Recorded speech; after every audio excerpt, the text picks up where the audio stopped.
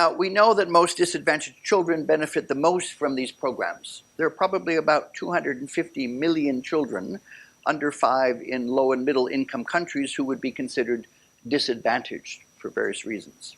These are girls, children of migrants affected by conflict, disaster, abuse. You can see poverty, rural, remote, poor health, malnourished, disabilities, delays, children of linguistic and ethnic minorities. Okay? These children need early childhood care and education programs the most, but they get them the least. They have least access to them. And that's an issue, I think, for governments as well. How do you make sure that isn't the case? Asia Pacific is home to 136 million out-of-school children of primary and secondary school age. That's 52% of the global total are in the Asia Pacific region. Children, I think, are more often pushed out of school than drop out. Okay? They don't drop out overnight. Okay? They leave school slowly. They're absent 1 day a week, and then 2 days a week, and 3 days a week, because the school is not being responsive. They don't want to necessarily leave, but the school doesn't understand and is not responsive to their individual needs. So ministries of education must, in other words, be willing to share the blame for student failure.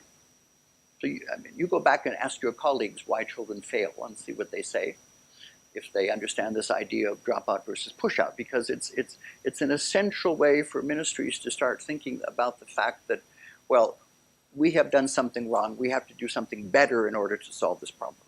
In most countries, if you check, the grade 1s are taught by often the youngest, the least trained, the least experienced, and the least contractually stable teacher. Okay? If you really felt grade 1 was the most important, you would put your best teachers there, and you would have the smallest student-teacher ratio. Instead, it's the opposite, okay? Which shows that ministries of education generally do not give enough attention to early learning and the early grades. So mother tongue should be the basis of early childhood care and education programs.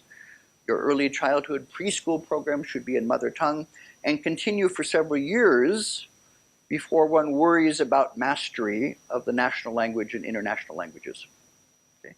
The principle is start first in a mother tongue, become literate in a mother tongue, use the skills that you gain through becoming literate and transfer those skills to the national language and then the international language. So the idea of internalizing something is to really to be put into the soul of the system or the actors, and that's what is required for reforms.